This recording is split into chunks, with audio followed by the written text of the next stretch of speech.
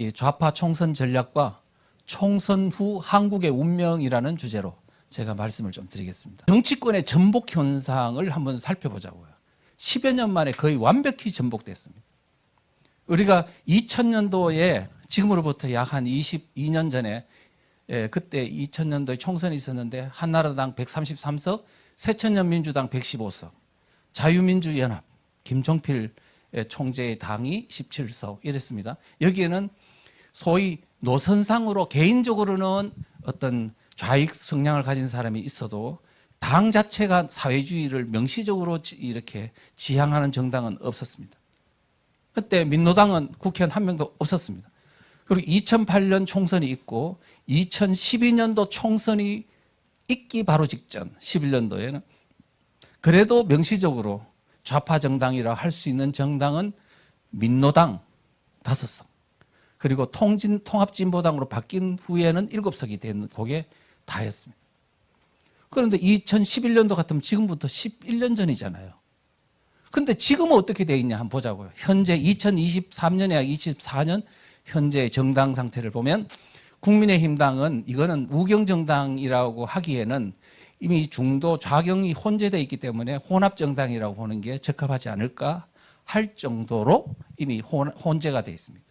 노선에 혼합이 있고 그리고 이제는 명시적으로 좌익정당, 좌파정당이라고 할 수 있는 것은 이미 더불어민주당도 완벽하게 진보당, 새진보연합, 그다음에 조국신당 등등등 좌익, 좌파정당이라 할 수 있는 것들이 우후죽순처럼 생겨가지고 이제는 모든 것들이 지금 다 좌익정당이네, 좌파정당이네 하고 말해도 될 정도로 이미 우경정당은 찾아보기가 힘들고 좌익정당, 좌파정당들은 즐비하게 지금 양산된 그것을 여러분들이 지금 목격하고 있습니다. 그 중에서도 이석기 경기동부연합 주사파 중에 주사파고 북한의 간첩망하고 연결된 이 경기동부연합 한총련 세력이 말하자면 구통진당 세력이 이제는 진보당으로 부활했을 뿐만 아니고 이제는 이재명과 함께 더불어민주당과 같은 가장 제1당을 이미 장악한 상태로 들어가서 대한민국의 정치권을 완벽하게 진성종북 세력이 장악한 상황까지 갔으니 이미 정치권의 전복이라는 것은 이미 상태가 중병 상태로 보통 중병 상태가 아니다. 암으로 따지면 위에서 시작한 암이 우리가 방치한 사이에 온몸의 뼈하고 혈액암까지 다 전파가 돼서 이제는 이것을 다시 수습할 방법이 사실상 존재하지 않는 이 상태로 지금 현재 대한민국의 정치권은 악화됐다. 이렇게 보는 것이 맞습니다. 그래서 거기다가 지금 현재 총선에서는 어떻게 될 것이냐 하니까 이와 같은 위험한 진성종북 세력이 장악한 현재 지금 야권의 정치권이 이번 총선에서 200석을 얻는다고 조선일보에서 나왔어요. 이게 열흘 전에 얘기 아닙니까? 아니 총선을 열흘 앞두고 이게 판세가 바뀌어가지고 야권이 200석을 얻는다는 주장까지 그것도 가장 우경적인 어떤 신문이라는 조선일보에 나올 정도 했으니 만약에 진짜 200석을 얻게 된다면 지금 대한민국 헌법이 그 순식간에 이제 바뀝니다. 바뀌면 대한민국은 그것으로 이제 종말을 구한다. 그래도 대통령이 바로 끌어내리는 것도 가능하고 모든 게 다 가능합니다. 그럼 180석, 190석이면 되면 괜찮냐? 이제는요, 이 지금 국민의힘당 같이 신념이 약한 사람들은요, 막 그냥 고소고발이라든가 막 이런 어떤 법적 조치로 막 그냥 쓰나미로 압력을 가해버리면 줄줄줄 민주당으로 전향해 가버릴 겁니다. 김대중 정부 때 그런 일이 많았습니다. 우리 그런 걸 볼 때 이제 만약에 야권이 압승을 거둔다면 대한민국은 이제는 체제가 넘어가는 것을 이제는 걱정해야 될 상황에 직면하게 될 것이다. 이렇게 생각합니다. 지금 사실은요, 200석이 이미 얘기가 언제 나왔었냐 하면은 2020년 총선 때요. 그때 나왔습니다. 그때 상황이 굉장히 안 좋았죠. 공천도 잘못했고 이런 국민들이 촛불 광풍에 이제 그 영향을 받고 문재인의 적폐청산몰이라든가 영향을 받아가지고 국민들이 혼미에 빠져 있을 때 사실은 총선을 했는데 그때 미국에 있는 고든창 변호사라고 동아시아 담당 전문 변호사가 그랬죠. 이번 총선에서 문재인, 그러니까 여당이 3분의 2 의석을 확보한다면 문재인은 헌법을 개정하자고 할 것이다. 그래서 헌법이 개정되면 어떻게 돼요? 바로 북조선에 있는 김씨 왕조에게 합병하려 할 것이다.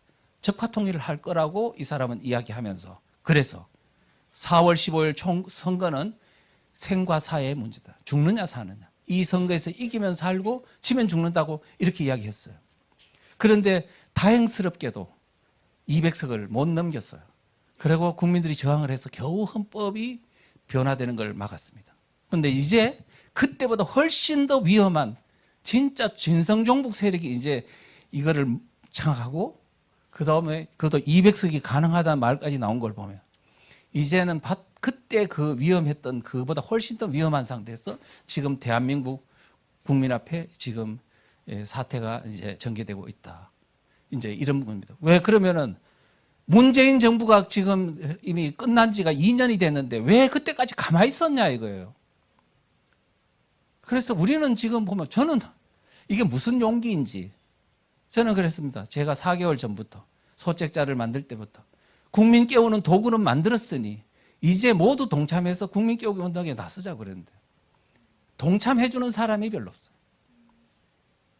그래서 저는 너무 참 안타까운 마음이고요.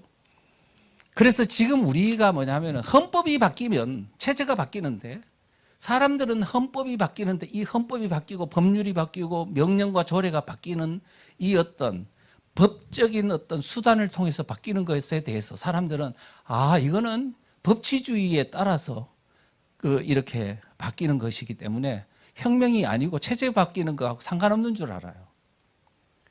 그러니까 뭐냐면 혁명이라는 것도요, 공산주의니 이것은 혁명은 사람을 막 죽이는 것만 하는 줄 안다고요.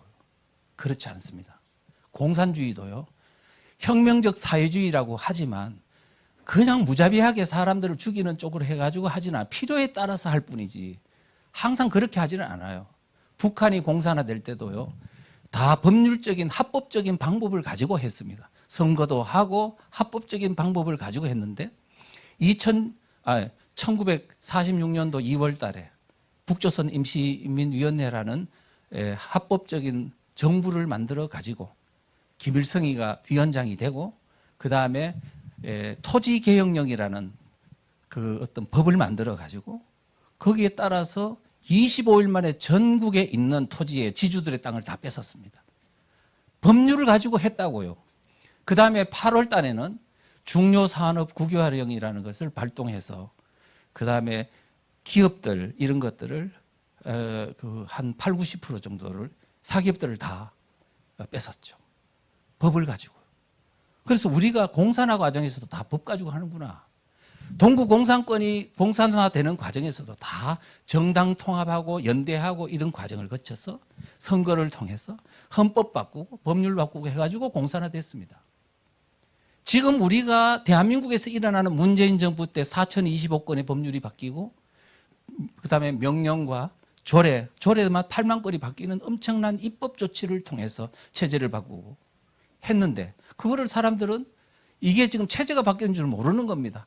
정당에 의해서 선출된 어떤 그 합법적인 방법으로, 그 다음에 국회에서 이렇게 법률 바꾸고 조례 바꾸고 하니까 이게 정상적인 줄 아는 거죠. 체제가 바뀐 줄 모르고.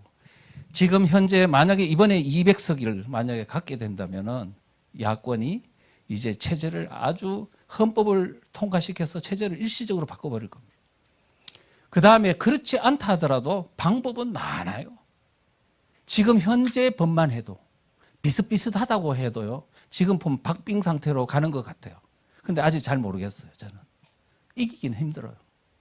왜냐하면 지금 이제 박빙 상태로 가도 문재인 정권 때 만들었던 이 법이 앞으로 4년 동안 그대로 유지된다.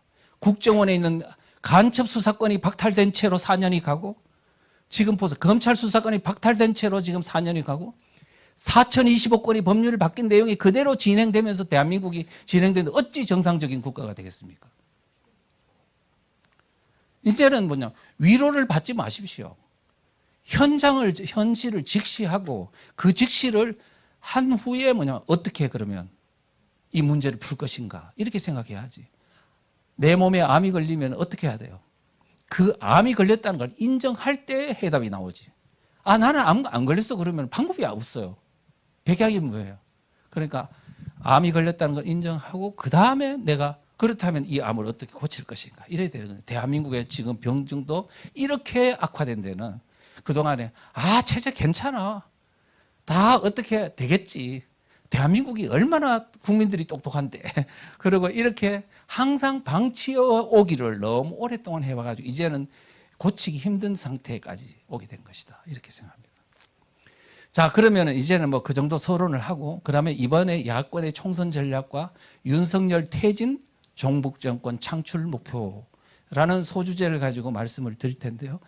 현재 야권의 총선 전략은 제가 작년 11월부터 12월, 올 1월, 2월, 3월까지 관찰하면서 이제 대충 윤곽이 싹 다 드러났습니다.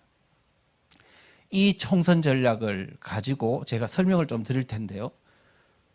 좌파들이 이번 총선 전략은 어디를 향하고 있는가, 어디를 향했는가 라는 문제를 한번 살펴보겠습니다. 지금 많은 사람들은, 우리 일단 우파들은요, 이번 총선에서 우리가 우파가 이기면 돼, 아무리 봐도 여론조사 결과 170석 우리가 압승을 거둘 거야, 야호, 그러면서 막 그러는 겁니다. 쟤들 또 저쪽에 보면 친문 세력이 막 싸우지, 막 새로운 당이 막 그냥 이탈되지 하니까 이거 웬 떡이냐, 이렇게 생각하시는 것 같은데, 저는 이거는 다 작전일 가능성이 높다. 우리는 지금 그들이 어디를 지금 전략을 어떻게 짜고 있는지를 주목해야 된다라고 했어요. 그렇게 제가 주목해 보니까 이제 이런 내용이에요. 이번 40 총선 전략은 총선 승리에만 있지 않다. 총선 이후 윤석열을 퇴진시키고 종북 정권 창출을 위해서 종북 좌파의 이 정치 부대들을 전투 대용으로 재편한 것이 핵심이다. 제가 그렇게 봤습니다.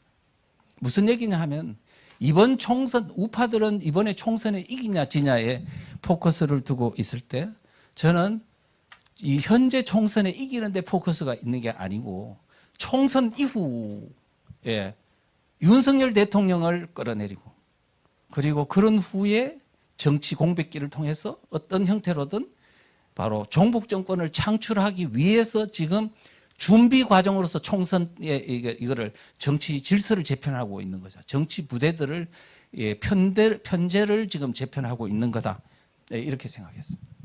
그럼 제가 그 했던 말이 맞는지 안 맞는지 제가 한번 살펴보겠습니다. 조국이라는 사람 아시죠?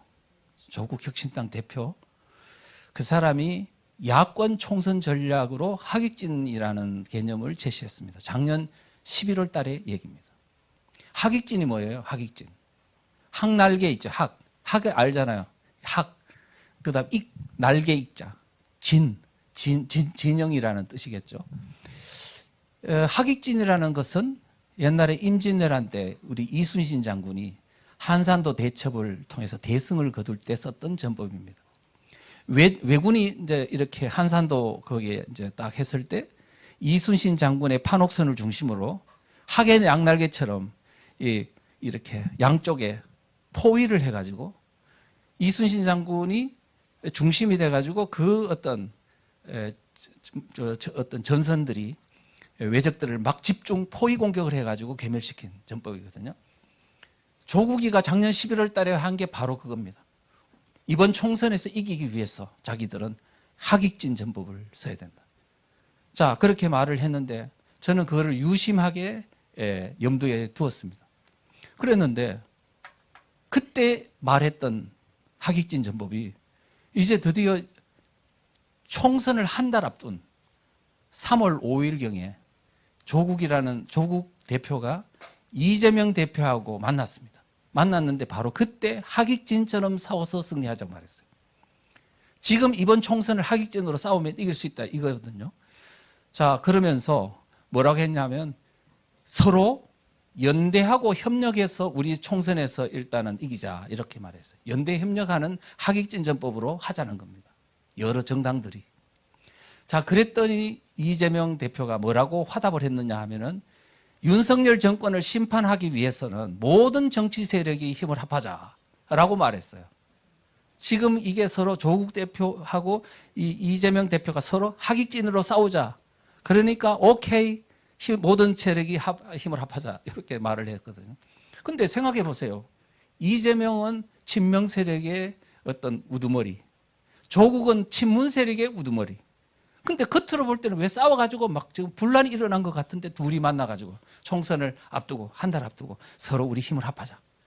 이렇게 말을 했으니 우리가 지금 우파들이 생각하는 거하고 전혀 다른 지금 갈등과 분열이 아니고 전술상 어떤 재배치였다는 겁니다. 이게 그런 것들을 우리가 생각하고 보셔야 된다는 거거든요. 자, 그걸 제가 그림으로 그려봤습니다. 더불어민주당을 중심으로 왼쪽 날개 좌익, 오른쪽 날개 우익의 그림을 학의 양날개를 제가 그려봤습니다. 더불어민주당이 중심이 되고 왼쪽 날개 진보당, 통진당 후신 진보당이 있죠. 그 다음에 새진보연합 있고, 그 다음에 연합정치시민회의라고 있습니다. 이거는 2008년도 광우병 파동, 세월호 촛불 시위, 박근혜 대통령 퇴진 촛불 시위, 그러니까 광장에서 정부와 반미 어떤 운동을 위해 가지고 거칠게 투쟁했던 광장 세력들을 어떤 이렇게 그룹을 정당 형태로 만들어 가지고 이렇게 했던 겁니다. 그러니까 더불어민주당, 진보당, 새진보연합의 연합정치시민회의, 요게 이제 이렇게 한 왼쪽 날개를 구성하고, 그다음 오른쪽 날개는 조국혁신당, 송영길의 소나무당, 그다음에 이낙연, 설훈 등이 만든 새로운 미래, 이런 당들이 우측 날개를 구성하고 있습니다. 자, 그런데 왼쪽 날개에 있는 이 네 개는 가만히 제가 동그라미를 이렇게 쳤잖아요. 동그라미를 친 이유는 이 네 개의 정당은 비례연합정당의 구성팀입니다. 비례연합정당. 말하자면 더불어민주당이 만든 정당이긴 하지만은 더불어민주당만 소속되는 게 아니고 네 개의 정당들이 그 하나의 구성원 안에 넣어가지고 비례연합정당을 만든 겁니다. 이름은 뭐냐? 더불어민주연합. 이렇게 만들어진 하나의 연합체입니다. 자, 그래서 이제 요 양날개를 한 날개씩 보자고요. 왼쪽 전선이 어떻게 됐느냐 한번 보자고. 왼쪽 날개를 보니까 더불어민주당이 있고 진보당이 있고 새진보연합, 연합정치시민회의가 있네요. 새진보연합은 기본소득당, 열린민주당, 사회민주당 이 세 개의 정당이 총선을 위해서 만든 연합정당이 새진보연합입니다. 그 다음에 연합정치시민회의는 아까 말씀드렸듯이 촛불 광장 투쟁 세력입니다. 그러니까 이 사람은 정치 세력이 아니고 저기 그 광장에서 광화문이나 이런 데서 그냥 거칠게 이게 반정부 시위나 반미 시위를 했던 사람들이죠. 그런데 이제는 정치권 안에 정당 형태 안에 들어오게 된 거죠. 그다음에 이제 그러니까 이 정당이 진보당 외곽에는 노동당이니 민노총이니 지역당 연합이니 많은 정당들이 진보당 옆에는 붙어 있습니다.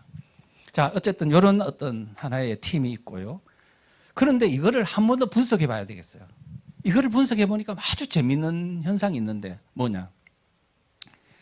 지금 비례연합정당요, 더불어민주연합이 이번에 총선에서 국회의원 몇 명이 당선될 것 같으냐 하면 대충 한 10석 정도, 10석 정도라 11석 정도가 당선될 것 같아요.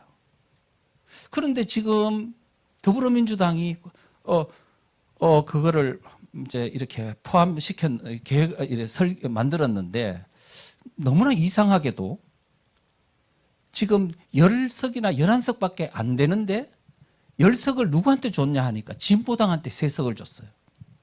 새진보연합한테 3석을 줬어요. 그 다음에 연합정치시민회의 촛불 세력한테 4석을 줬습니다. 당선 가능권이 있는 순번 10순위 안에 이 사람들한테, 이 단체한테 다 줬단 말이에요. 그러면 더불어민주당은 몇 석을 가져가게 되는 거죠? 0석이거나 1석이에요.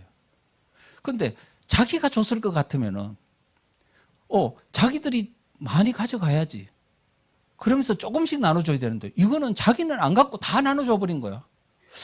그래서 놀란 거는 이재명이가 굉장히 인심이 좋거나 아니면 무슨 어떤 이유가 있거나 둘 중에 하나일 것 아닙니까? 무슨 이유일까? 자, 그러면은 새진보연합에 있는 기본소득당, 열린민주당, 사회민주당 이런 거, 그다음에 연합정치 촛불 광장 세력은 실제 선거에 들어오면 비례대표를 한 석이라도 얻을 수 있습니까? 없습니까? 없는데 얻은 거야. 4석 얻고 3석 얻고 이렇게 되니까. 그러면 이 떡고물을 배급받은 이 정당들은 노선이 조금씩 다르다 하더라도 이 나눠준 이재명, 더불어민주당 이 주도 세력한테 이제는 배신할 수 있을까요? 없을까요? 시키는 대로 해야 돼요? 안 해야 돼요? 해야 되죠. 이제는 한 몸이 됐습니까? 안 됐습니까? 한 몸이 된 거죠. 비례연합정당이라는 하나의 어떤 정당 안에 이 4개의 정치 그룹이 완전히 한 몸이 된 것입니다. 여러분 지금 보십시오. 비례연합정당. 국민의힘당의 비례연합정당은 뭐예요? 국민의힘의 비례연합정당은 국민의 미래죠. 여기에는 국민의힘당에 있는 비례대표들만 들어가잖아요. 그러면 과거 2020년도 총선 때 더불어민주당의 비례연합정당은 위성정당은 뭐예요? 더불어시민당 그거였잖아요. 자기 소속의 국회의원들을 후보자들을 당선시키는 건데 이번에는 특이하게도 더불어민주당이 만들었는데 여러 정당들을 다 아울러 가지고 비례를 이렇게 의석을 나눠 가지더라. 이유가 뭐지? 이거는 이제는 앞으로 총선 때 이기고 지는 게 아니고 총선 이후에 윤석열 대통령 끌어내리고 그 다음에 종북 정권을 창출할 때 제 정당들이 다 연합하고 이제는 광장 세력까지 다 연합해서 엄청난 전투 대응을 갖추고 그렇게 해가지고 완전히 목숨 걸고 괴멸시킬 수 있도록 운명 공동체로 만드는 그런 작업인 거죠. 그렇게 이해하는 게 맞지 않습니까? 자, 그러니까 지금 더불어민주당이 0석이거나 1석을 밖에 얻지 못하는 피해를 감수하면서 그 다음에 전부 다 의석을 나눠 갖게 되는 이유는 바로 총선 이후에 엄청난 정치 투쟁을 하기 위한 사전 포석이다. 이렇게 이해하시는 게 좋을 것 같습니다. 자, 두 번째 또 궁금한 게 하나 있습니다. 뭐냐면은 뭔가 더불어민주당이 주도 세력이 아닌 것 같아요. 이 정당에는. 자, 왜 그러냐 하면은 더불어민주당은 0석이거나 1석밖에 없죠. 그런데 진보당은 몇 석이냐 하면 3석이에요. 3석. 그리고 새진보연합 3석, 연합정치시민회의 4석인데요. 그런데 놀랍게도 연합정치시민회의 4석을 공천하는 과정을 보니까 그 두 사람이 있잖아요. 두 사람이 진보당 사람인데 이게 포장을 해가지고요. 연합정치시민회의에 공천을 했다가 들통이 나가지고 또 사퇴했어요. 그런 걸 보니까 만약에 들통이 안 났으면은 연합정치시민회의 이 4명 중에 2명은 진보당 사람이 되는 거예요. 그러면 지금 진보당은 3명에다가 또 2명을 더 보태면 5명이잖아요. 그런데 더불어민주당은 1명도 없어. 그러면 이 비례연합정당의 주동자는 누구란 얘기입니까? 진보당은. 그렇죠. 진보당은 누구의 후신이라고요? 통합진보당의 후신이야. 통합진보당 이것의 중심 인물은 누구라고요?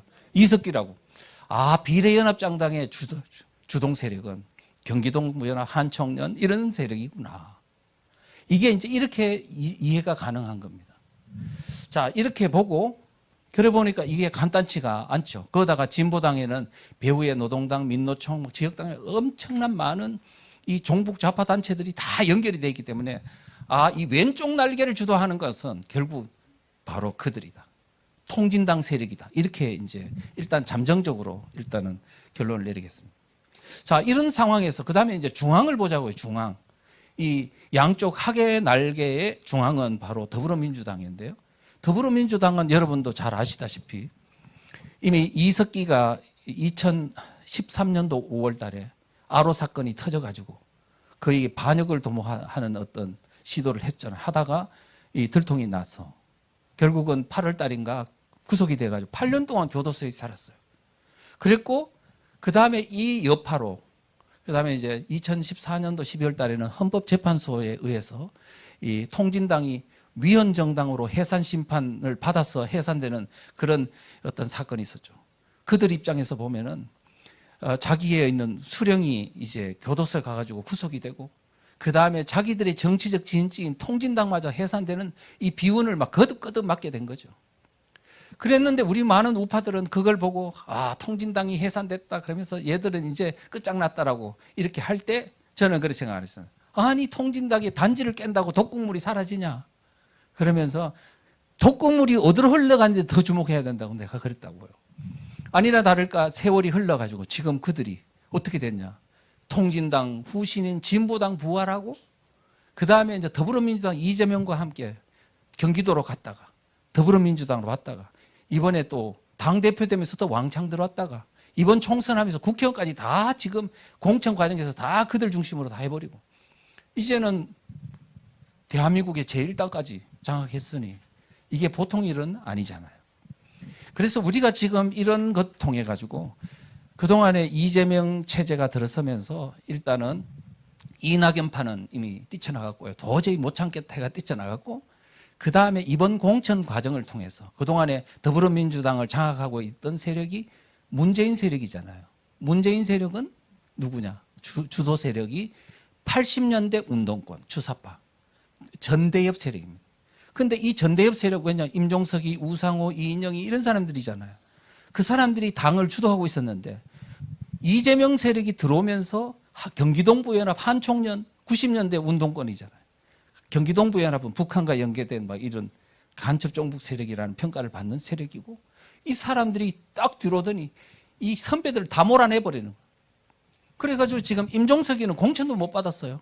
이인영이는 완전히 꼬랑지를 내렸는데 이제 공천 받고 뭐 이런 식이에요.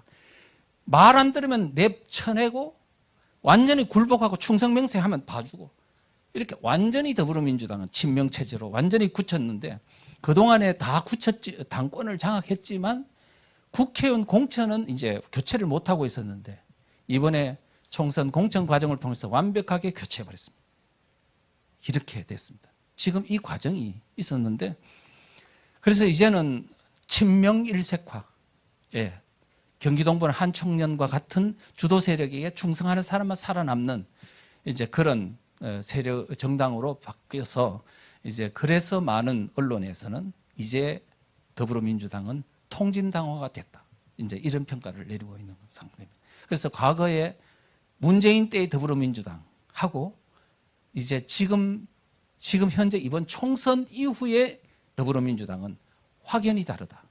이제 훨씬 더 위험한 세력이 이미 당을 장악했다. 그런데 200석을 가까이 한다는 말을 하니까 이거는 우리 국민들이 돌지 않으면 이런 어떤 그게 아니고, 돌지 않았지만 결국은 무슨 문제가 있냐 하니까 이와 같은 위험한 세력이 지금 대한민국 정치권 제1당을 장악해 나가고 있는, 이 빠른 속도로 장악하고 들어오는 이 실상을 국민들한테 안 알렸기 때문이다.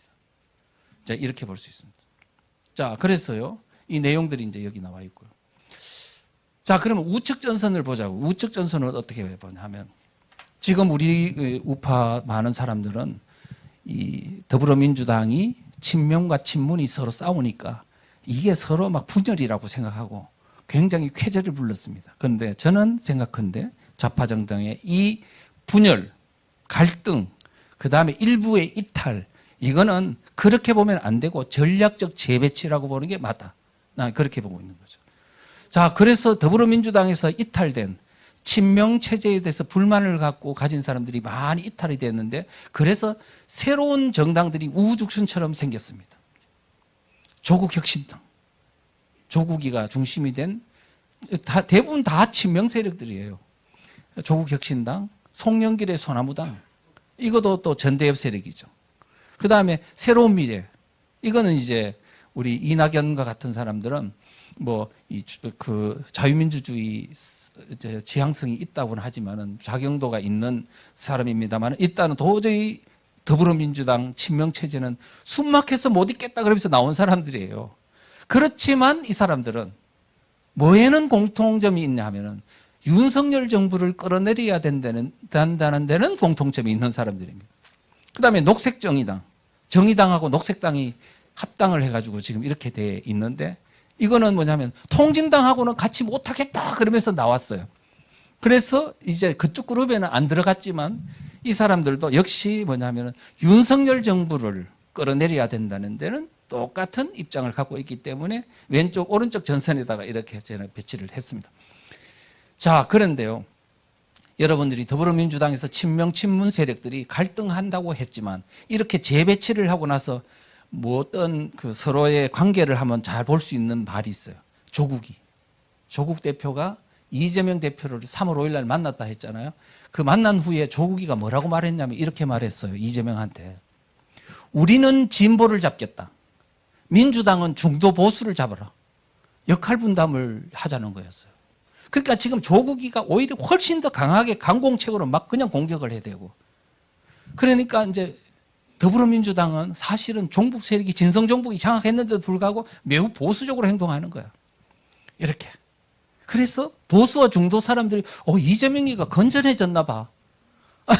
이래가지고 지지하도록 만드는 거예요. 이렇게.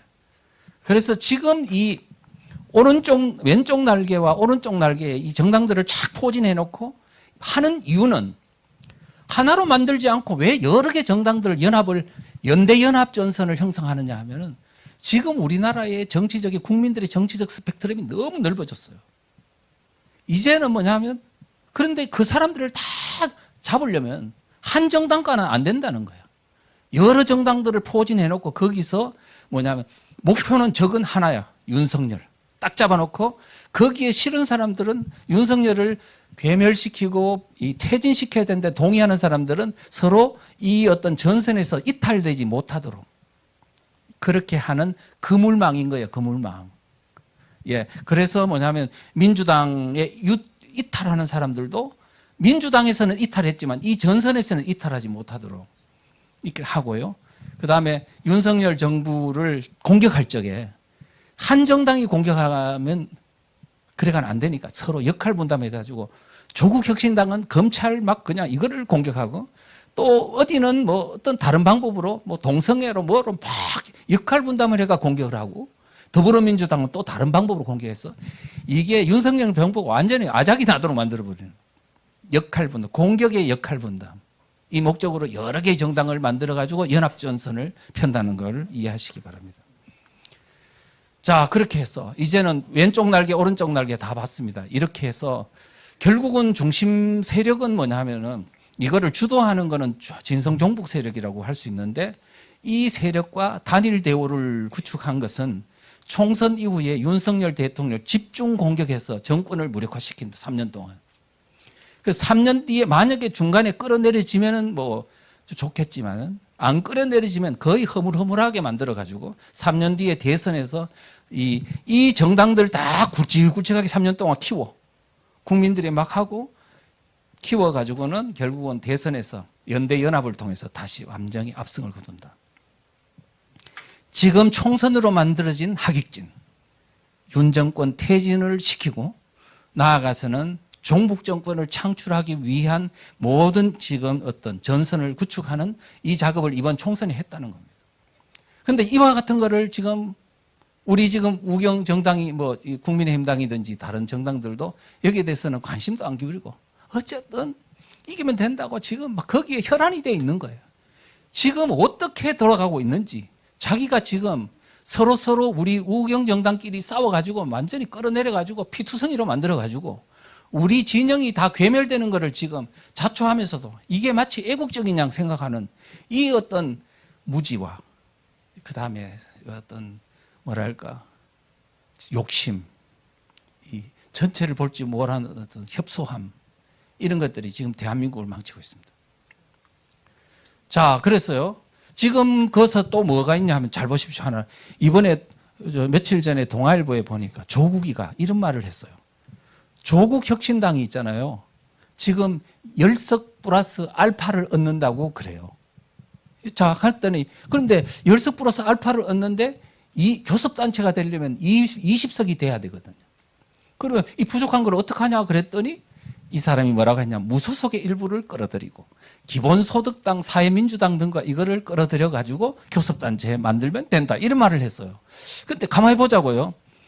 지금 기본소득당 사회민주당이 어디에 소속되어 있나 보니까 새진보연합에 있어요. 새진보연합이 세 개잖아요. 기본소득당, 사회민주당, 열린민주당 세 개로 구성된 건데 지금 뭐냐면은 진보당, 더불어민주당 이 어떤 비례연합정당에 소속되어 있는 이거를 빌려와가지고 조국혁신당에다 넣겠다는 거예요. 그러면 친문 세력과 친명 세력이 싸웠다는 게 무색해지지 않아요? 지금 총선이 끝난 후에 서로 빌려주겠다는 거니까. 그래서 이미 이거는 각본에 따라 서로 간에 다 보면 이미 우리가 겉으로 왜 짜고 치는 고수도 그 다음에 싸움할 때도 왜 격투기도 보면 약속 대련이라는 걸 하잖아요. 이렇게 봐야 됩니다. 그래서 우리가 지금 이 사람들이 막 그냥 페인팅 모션을 하는 걸 가지고 우리 우파들은 진짜인 줄 알고 싸우지 마라 그러는 거예요. 이러면 되겠냐 이거예요. 이 무지함, 사상에 대한 무지, 전략 전술에 대한 무지, 이것이 오늘날 대한민국을 이토록 망쳐왔다. 그렇게 생각합니다. 그래서 지금 이 구통진당 세력을 이게 나라를 어떻게 구통진당 세력이 지금 사실상 대한민국의 정치권을 주도하고 있으니 이 사람들이 이끄는 대한민국은 어디로 끌고 갈 거냐. 잘 나와 있잖아요. 통진당 결성이 언제 됐냐면 2011년도 12월 13일인데요.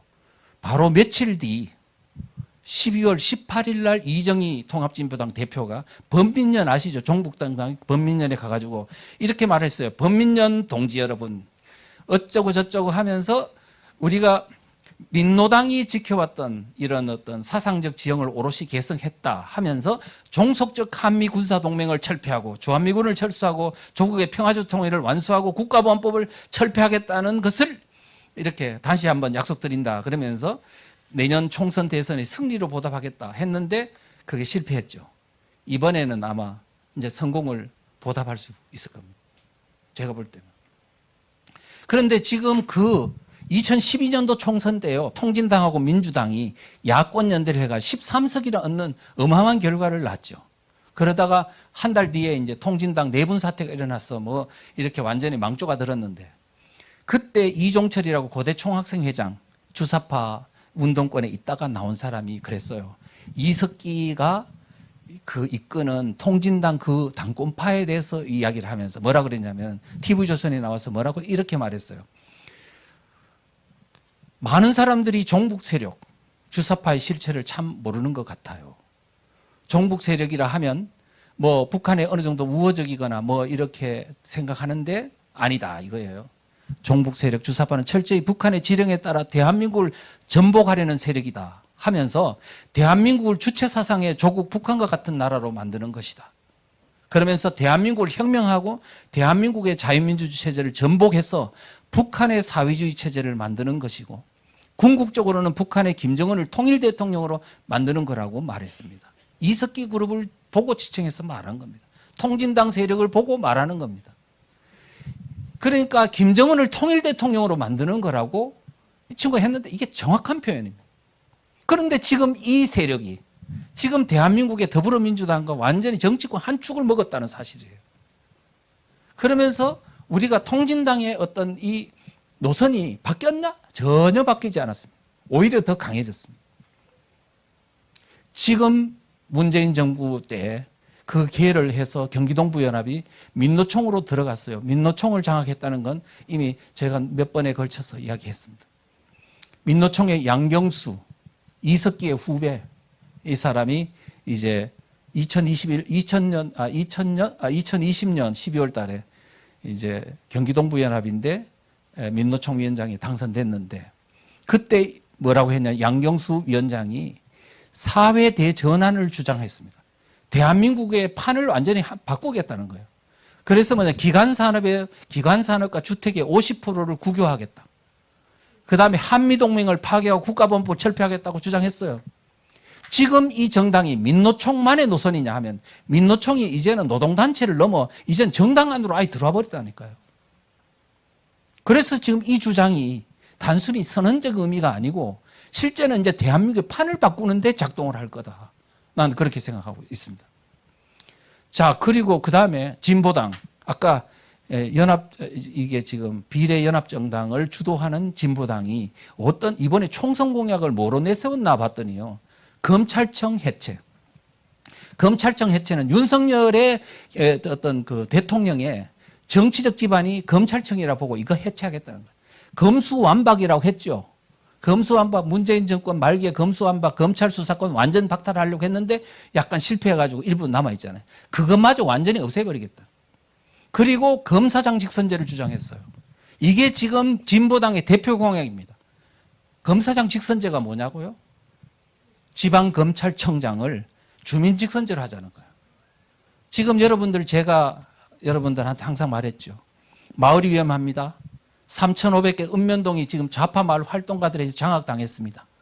그러면서 지금 뭐냐면 주민자치회, 그다음에 마을 경제 공동체, 교육 공동체 이 모든 것들을 장악해가지고 그 먹거리를 가지고 결국은 주민들을 다 유권자들을 엮어서 자기들의 세상을 만들려 한다 그랬잖아요. 근데 이렇게 유권자를 하나씩 먹거리로 다 이렇게 생태계를 만들어 가지고 유권자를 장악한 게 보통이 아니에요. 지금 어느 정도냐면 이미 그런 전국에 있는 마을 공동체를 기반으로 정당을 만들었는데 지역 정당을 만들고 있어요. 혹시 영등포당이라고 들어보셨습니까? 정당을 만든 거예요. 구청마다 정당을 만들어. 근데 지금 영등포당 만든 걸 보면 이제 시범적으로 했으니까 조금 있으면은 뭐 예를 들면 서대문당, 종로당, 그 다음에 이제 막 만들겠죠. 마포당. 그러다가 이제는 뭐까지는 전북당까지 만들어. 전북당. 도 단위에 전북당 만들었으면은 뭐가 또 나오겠습니까? 저기 광주당, 부산당, 경북당, 강원도당 뭐 나오겠죠. 이렇게 해서 완전히 이제 그 읍면동 마을 공동체를 기반으로 한 지역 정당을 만들어가지고 그거를 지역당 연합을 만들어가지고 이게 지금 현재 정치권 안으로 작동을 하겠다는 거예요. 지금 이렇게 봤을 때 이게 다 진보당하고 연결된 거예요. 그래서 우리가 이거를 간단히 보면 문제가 아닙니다. 그 다음에 이 진보당의 또 다른 공약은 뭐냐? 상속세 최고세율을 90%로 상향하겠다. 여러분들이 평생 동안 모은 재산이 90%가 국가한테 이제 상속세로 뺏길 판이야. 그래 되면은 삼성전자는 이재용이 만약 죽으면 90%가 상속세 내고 나면 삼성전자는 다 국유화되는 거죠. 모든 사기업이 국유화됩니다. 그 다음에 저소득층의 주택을 무상으로 준다니까 또 무주택자는 얼마나 좋아하겠습니까? 종전선언과 평화협정 체결, 불평등한 한미관계 해체. 이와 같은 공약을 주장하는 정당이 지금 대한민국에 지금 현재 더불어민주당을 포함해가 여기에 상당한 주도권을 행사하는 단계로 진입했다는 겁니다. 그러면 또 한 축인 이재명에 대해서 이재명은 어떤 나라를 만들려 하나 이 생각을 좀 봐야 되겠죠. 제가 2017년도 1월 달에요. 그때 광화문 광장에서 한창 박근혜 대통령 끌어내리려는 촛불 광풍이 일어날 때 거기서 이 책을 샀습니다. 이재명의 대한민국 혁명하라. 그런데 이 책이요. 그 이후에 이재명의 사상적인 어떤 노선이 완전히 다 까발려진 책이다 보니 그걸 다 회수를 해가지고 이제는 그 중고 서점에도 없어요. 이거는. 그래서 제가 한 6번 정도 읽었습니다. 읽어보니까 이재명이라는 사람이 어떤 사람인지 그 사람의 사상적인 게 얼마나 문제 있고 위험한지 그런 것들이 잘 드러나 있었습니다. 이재명의 저서 대한민국 혁명하라. 근데 거기에 보니까 너무 놀란 거는 이재명이 그때 성남시장이었잖아요. 성남시장이었는데도 불구하고 그가 쓴 책 안에 문재인 정권이 했던 정책이 그대로 다 들어있는 거예요. 노동시간 주 54시간제, 동일노동 동일임금, 기본소득제, 검경 수사권 조정. 여러분 많이 들어보셨죠? 공수처법. 이게 여기 다 있는 거예요. 그래서 나는 문재인 정권이 이 정책을 펼 때 이 책을 참고했나 싶을 정도예요. 그러니까 오히려 이재명의 책을 참고한 게 아니고 이재명이가 이 책을 쓸 때 어떤 모 세력이 이것을 같이 했을 가능성이 높다. 그러니까 문재인 정권과 이재명 배후에 있는 바로 그 어떤 그 세력이 여기에 같이 연결되어 있음을 우리는 어느 정도 감지할 수가 있습니다. 그러다가 탈원정 정책이 있습니다. 공공의료 정책이 있어요. 대기업 체제 해체 있고요. 군복무기간 단축이 있죠. 이런 것들을 보면 야 문재인 정부인데 하나같이 다 시행을 했던 정책입니다. 그러니까 이거는 그냥 넘기기에는 너무나 그 정책 그대로 다 진행이 됐습니다. 그러면서 밑에 뭐라고 됐냐면 과감한 진보 정책을 추진하고 중도로 가는 일 없이 강력한 진보 정책을 추진해야 하겠다 했어요. 그것 또한 문재인 정권 때. 저는 문재인 정권 보고 그랬습니다. 이야, 대단하다. 노무현 대통령은 좀 좌파였기는 하지만 좌회전, 우회전, 좌회전, 우회전 섞어서 했는데 이 문재인은 일로 매진 그냥 초지일관 하는 걸 보고 이야, 대단하다 생각했는데 이게 그대로 돼 있네요. 강력한 진보 정책을 흔들림 없이 이렇게 하는 걸로. 그리고 이재명 대표의 그 책에서 가장 많이 등장하는 문구는 적폐청산입니다. 어디서 많이 들어보셨죠?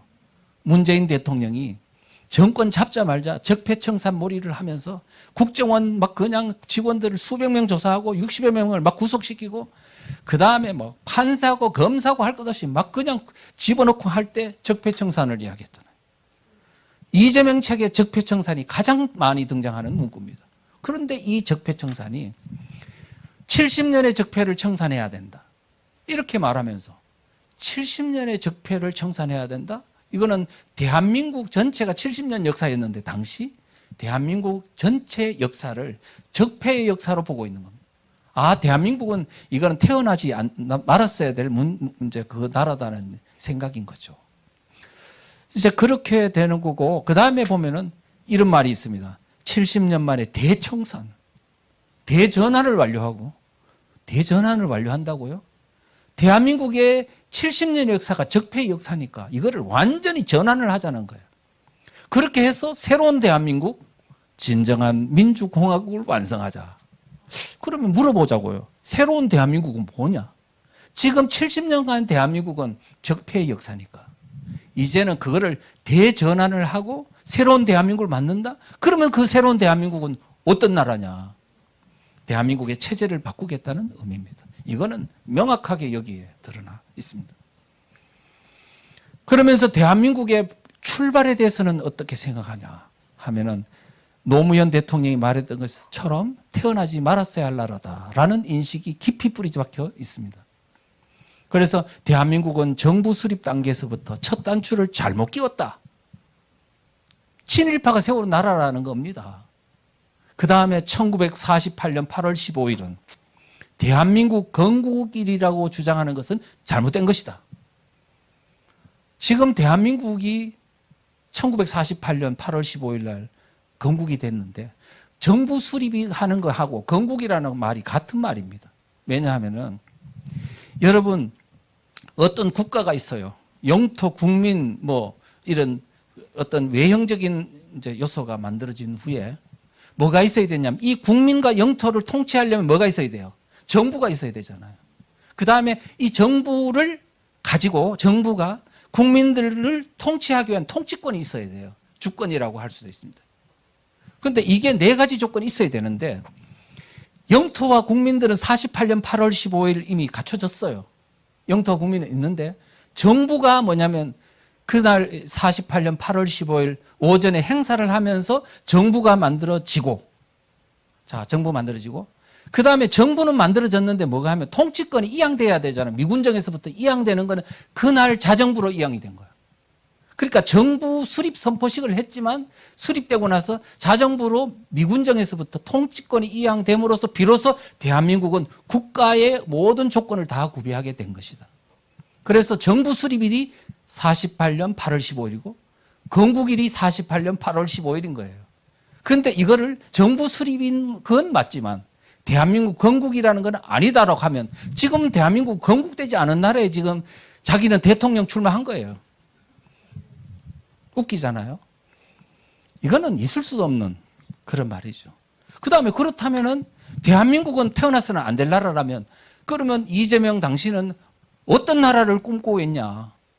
지금 대한민국의 운전대를 잡는다면 어떤 나라를 만들고 싶냐? 물으면 이 사람의 책에 이래 나와 있어요. 어떤 나라가 되어야 하는가? 자기가 질문을 해놓고 답을 이렇게 했습니다. 해방 후 우리가 합의했던 민주공화국의 가치가 살아 숨쉬는 나라를 만들자. 우리 해방 후 우리가 합의했던 민주공화국이 뭐냐? 해방 직후예요. 미군정이 들어오기 전에 박헌영이라는 사람이 바로 만든 그런 나라 형태의 단체가 있어요. 그게 민주공화국입니다. 인민공화국입니다. 인민공화국. 인민공화국이고 그 다음에 각 지역마다 뭘 만들었냐? 인민위원회를 만들었어요. 그게 바로 인민공화국인데 그 인민공화국의 가치가 살아 숨쉬는 나라는 어떤 나라냐고요? 결국 인민공화국이죠, 뭐. 지금 이재명이 꿈꾸는 나라, 대한민국은 태어나서는 안 될 나라고 태어나야 될 나라는 인민공화국인 겁니다. 이런 사람이 대한민국에 지금 이번 총선을 통해서 입법부의 주도권을 장악하고 다음 대선에 대통령이 되겠다고 하는 겁니다. 그러면 그 사람은 이 권력을 잡는 순간 이 대한민국을 어디로 끌고 갈 거냐. 그런데 왜 우리 국민들은 이재명과 이런 사람들의 당신은 대통령이 되고 국회의원이 되면 이 나라를 어디로 끌고 갈 것이냐에 대해서 묻지 않고 당신의 도덕성 대장동이 어떠니 백현동이 어떠니 부정부패와 말장난하고 이거에 대해서는 왜 지금 문제를 삼느냐고요. 대한민국의 지금 운전대를 대한민국 코에 배의 운전대를 잡는다면은 대한민국을 엉뚱한 방향으로 끌고 가서 북한으로 가버릴 건데 여기에 대해서 문제를 삼아야지 왜 도덕성 이야기를 거기에다 치중하느냐 이거예요. 이거는 대한민국 국민들을 지금 아둔하게 만들고 눈을 가리고 지금 대한민국이 어디로 끌고 가는지 모르는데도 거기에 깨어나지 못하도록 하는 겁니다. 정치인들의 각성이 요구된다 이렇게 생각을 합니다. 그 다음에 이제 통일조국, 진짜 민주공화국. 통일을 해야 북한하고 통일해야 하는데 진짜 민주공화국. 이거는 대한민국은 가짜 공화국이니까 민족 정체성도 없고 그 다음에 인민공화국도 아니고 하니까 진짜 민주공화국은 인민공화국을 북한과 함께 만들겠다는 것으로 이해됩니다. 그 다음에 이재명의 주한미군에 대한 인식도 있어요. 뭐라 그러냐면 미군이 없으면 전략의 열세라는 일부 주장은 미군이 없으면 전략의 열세라는 일부 주장은 그야말로 황당하고 무책임한 주장이다. 미군이 없으면 전략의 열세라는 주장은 황당하다 그러면 그러면 주한미군은 철수해도 된다는 말 아닌가요? 그 다음에 전시작전은 통제권을 조기에 회수해야 된다. 사드 배치 철회해야 된다. 이런 어떤 내용들을 이 책에 두고 있는데 그러면 이 책이 언제 만들어진 거냐고요. 2017년도 1월이에요. 근데 2017년도 1월 그때 벌써 뭐냐면 언론에 나와 있네요. 이재명은 주한미군 철수도 각오해야 언론에 나와 있습니다. 그러니까 지금 앞에 책에 말했던 것이 실제는 주한미군 철수 하겠다는 거예요. 이런 내용이 있습니다. 그러면 2017년도 그때만 그랬냐 하면 고전에 2016년도 말 그때가 언제예요? 박근혜 막 퇴진 운동이 한참 촛불 광풍이 열 때 아닙니까? 이재명이 뭐라 그랬냐면 주한미군 철수? 외국 군대의 지원이 없으면 방어가 안 된다는 소리를 할 수 있느냐? 빙신입니까? 이런 말을 했습니다. 이번에 최근에 이제 이 총선 과정에서 이 말이 다시 부각이 돼가지고 되고 있습니다. 2021년도 그렇게 한참 몇 년이 지난 뒤에 2021년도 7월 달에 이재명 후보가 대통령 경선에 나오는 그 시점에 안동에 가가지고 뭐냐면 주한미군은 옛날에 미군은 점령군이라는 발언을 해가지고 상당히 비판을 받은 적이 있어요. 그러니까 이 사람의 미군에 대한 생각은 초지일관 같습니다. 자, 이제 이 정도로 하면 그러면 지금 현재 대한민국의 총선 전략 또 이 총선 전략의 주도 세력은 두 세력이에요. 이재명과 경기동부연합, 통진당 세력 이런 건데 이 둘이 갖는 사상적 지향성과 이들의 어떤 주도권을 잡았을 때 대한민국을 어디로 끌고 갈 것이냐에 대해서는 제가 이제 설명을 드렸습니다. 자, 그렇다면 총선 이후 대한민국 운명과 대책 이건 어떻게 해야 될 것이냐. 여러분 아까 하객진 이야기 했었죠.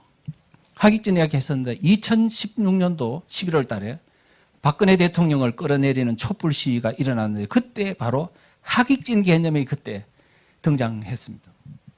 뭐라고 나왔냐면 하객진 전술로 청와대를 포위하겠다. 그래가지고요, 여러분 광화문에 가면 이순신 장군 동상 있는데 아시죠? 동상에서 거기서부터 청와대를 이렇게 오른쪽 날개 저쪽에 저 동쪽으로 포위를 하고 왼쪽 날개로는 딱 해가지고 청운동 외에 동사무소 있죠. 청와대로 들어가는데 그걸로 딱 포위를 해가지고 그러면 청와대에서는 아무도 출입이 안 됩니다. 포위를 해버리면. 그러면서 지금 뭐냐면 적군이라고 해놨잖아요. 적군. 이순신 장군을 그 어떤 판옥선을 중심으로 있잖아요. 딱 해가지고 이 전선을 이렇게 포위해가지고 괴멸시키듯이 박근혜 대통령이 있는 청와대를 포위해가지고 괴멸시키는 작전 지도라고 해놨잖아요. 지금 제가 왜 이 말을 하느냐 하면은 아까 조국이가 말했던 하객진으로 총선에서 이기자가 아니고 이 하객진 개념은 이번에 이렇게 만들어 가지고 윤석열 대통령을 끌어내리는 작전으로 쓰자는 겁니다. 지금 이걸 보십시오. 이제 이렇게 해가지고 서로 정당은 달라도 노선은 조금씩 달라도 이제 다 의석도 배분하면서 하나로 이제 연합해서 윤석열 대통령을 끌어내리는 퇴진을 기도하기 위한 어떤 준비 작업이다. 이렇게 이제 됐습니다. 자, 우리의 대응은 어떻게 해야 되냐? 저는요, 먼저 이거를 좀 말하고 싶어요. 자, 이제 이 정도 좌파들의 정당 간의 연합 전선을 이해하셨으면 우리 우파 정당들의 행태를 한번 볼 필요가 있잖아요. 지금 국민의힘당은 저는 이렇게 생각합니다. 제가 지금 어지간하면요, 절대로 저는 이 전선에서 우리 아군에서 뒤에서 총질하고 막 그냥 뒤통수 갈기고 하는 걸 저는 안 합니다. 제가 바보입니까? 그러면 국민의힘당이나 이런 어떤 정당들이 전부 다 잘해서 내가 가만히 있는 게 아니에요. 이 전쟁을 앞두고 있는 그 지휘관한테 총질을 하거나 그 다음에 이렇게 하면 아무리 부족해도 그렇게 하는 것은 이 전쟁에 이기기 위해서 우리에게 매우 불리하니까 안 하는 거죠. 근데 지금 우리 우파들을 가만히 보세요. 국민의힘당 그 다음에 무슨 정당들이 하나같이 있잖아요. 더불어민주당하고 저 전선하고 싸워야 되는데 아군들한테 총질을 하는 거예요.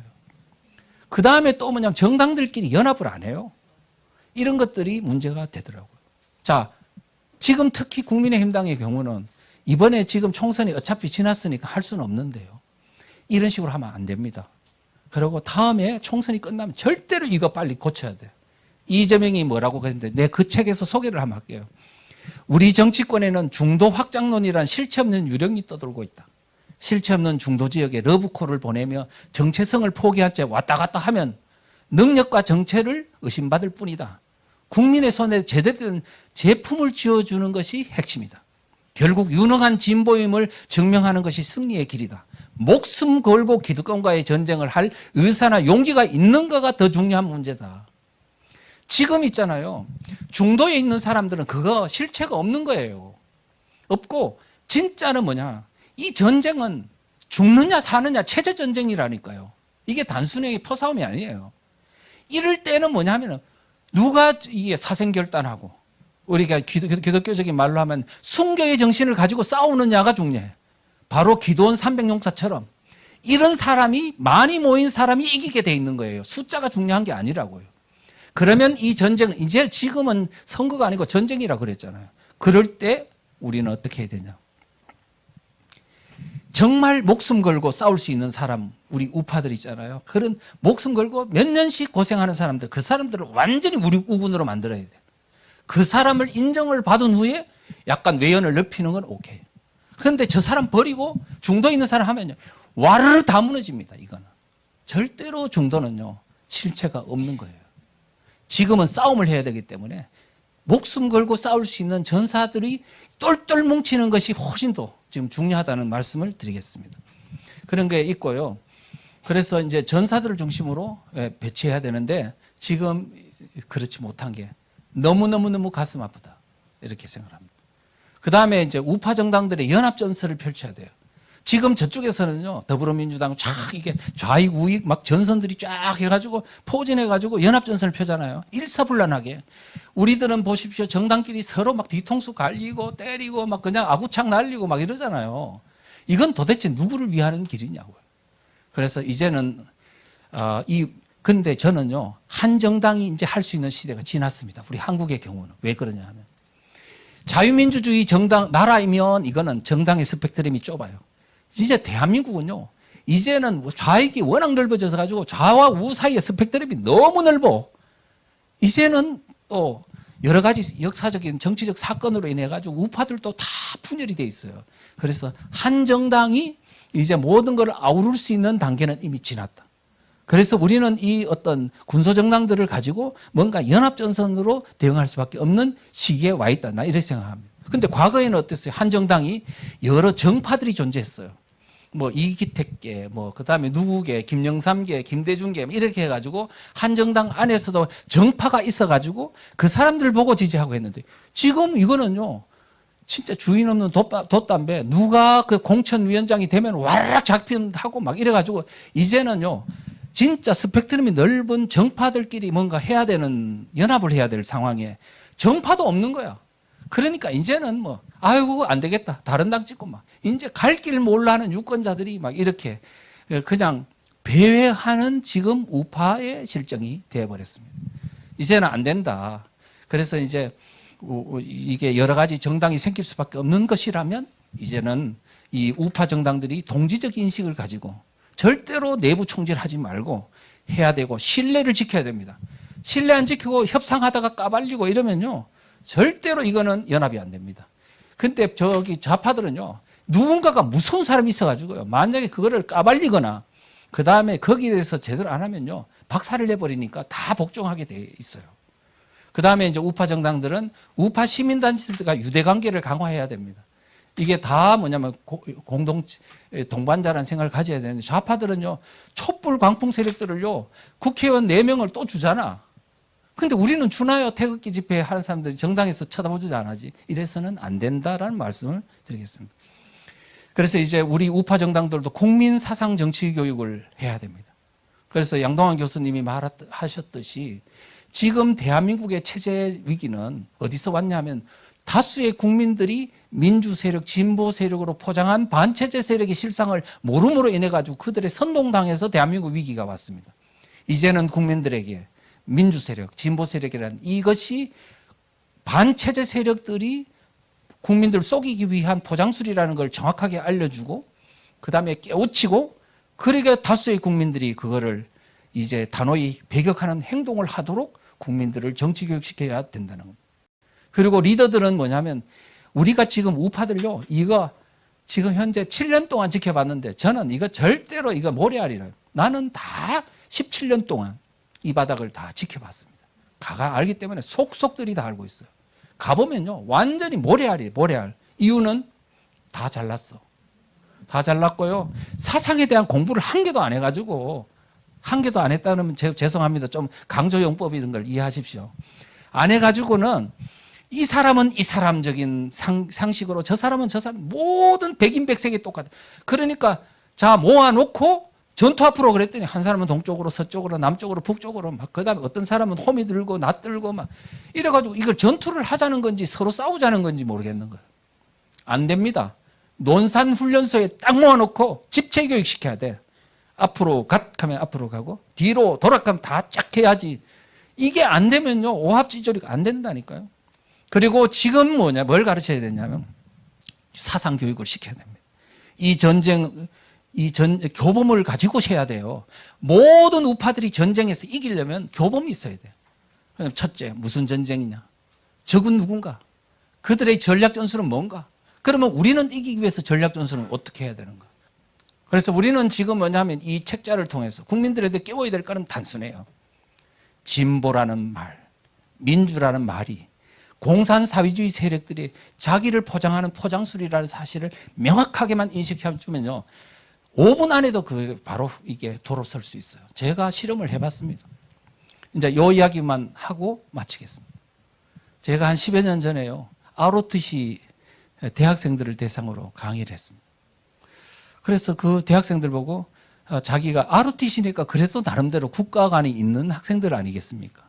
그런데 제가 여러분 중에서 자기가 진보 세력이라고 생각하는 사람 손들어봐라 그랬더니 60%가 들더라고요. 그 다음에 보수 세력이라고 생각하는 사람 손들어라 그랬더니 10%가 달랑 들어요. 그래서 제가 물었죠. 왜 진보 세력이라는데 왜 이래 많이 들었냐 그랬더니 그 친구들이 눈빛이 아니 지금 무슨 소리 하는 거냐, 진보가 좋은 거 아니냐, 이런 투더라고요. 그래서 제가 다시 대답을 했습니다. 여러분들이 사전에 보니까 진보는 보다 좋은 상태로 변화하는 것이라고 사전에 돼 있고, 또 한자로 따져도 나아갈진 걸음보, 앞으로 나간다는 뜻이니까 우리가 청년 입장에서 진보를 좋아해야지 어떻게 진보를 거부할 수 있냐, 뭐 이런 뜻에서 손든 거 아니냐 그랬더니 맞대요. 다 맞다 그랬어요. 아, 그렇구나. 근데 보수는 왜 안 들었냐? 아무래도 찜찜하다는 거야. 진보를 반대하는 거니까. 진보의 반대말이 뭐예요? 퇴보잖아요. 수구꼴통, 틀딱, 노인, 뭐 이런 의미가 강하잖아요. 그러니까 안 드는 거예요, 젊은 애들이. 자, 그래서 내려라 그래 놓고 내가 설명을 시작했습니다. 여러분들은 지금 진보를 그런 의미에서 좋다고 했는데, 진보 세력이라 하면 정치학적 의미의 진보 세력은 사전에 있는 거하고 또 다르다. 정치학적 의미의 진보 세력이라 하면 공산사회주의를 말한다. 이 공산사회주의가 진보 세력이라고 이렇게 불리는 것은 미국이라든가 유럽이라든가 모든 세계가 다 그렇게 인정하고 있다. 한국의 젊은이들, 한국의 국민들만 모르고 있다. 그렇게 말을 했어요. 그러면서 뭐라 하냐면, 왜 그러면 진보 세력을, 공산주의자들은 왜 진보 세력이라고 부르느냐 하면 마르크스 이론에 따른 것이다. 원시 공산사회, 고대 노예제 사회, 중세 봉건 사회, 그다음에 자본주의 사회, 이게 멸망하고 공산사회로 가는 것이 역사의 진보다는 그런 개념 때문에 그렇다. 딱 그래 놓고, 그래서 마르크스, 레닌, 뭐 스탈린, 그다음에 모태똥, 김일성, 박헌영, 심지어는 여기에 있는 조국까지도 진보 세력은 곧 공산사회주의를 말한다고 다 그렇게 자기들을 진보 세력이라고 이야기를 했습니다. 자, 그 정도로 이야기를 딱 하고요.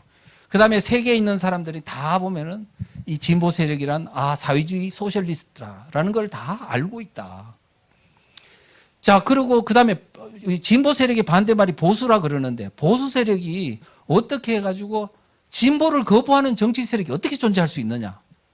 그렇게 이야기하면서, 그랬다면 대한민국의 경제 발전을 시킨 게 수구 꼴통이 태보 세력이 했다면 어떻게 나라를 이렇게 잘 발전시킬 수 있느냐. 딱 이렇게 이야기를 해주고 다시 물었습니다. 진보 세력이라고 생각하는 사람 손 들어라. 그랬더니 들었을까요? 안 들었을까요? 안 들었죠. 그 왜 안 들었냐고 또 물었어요, 제가.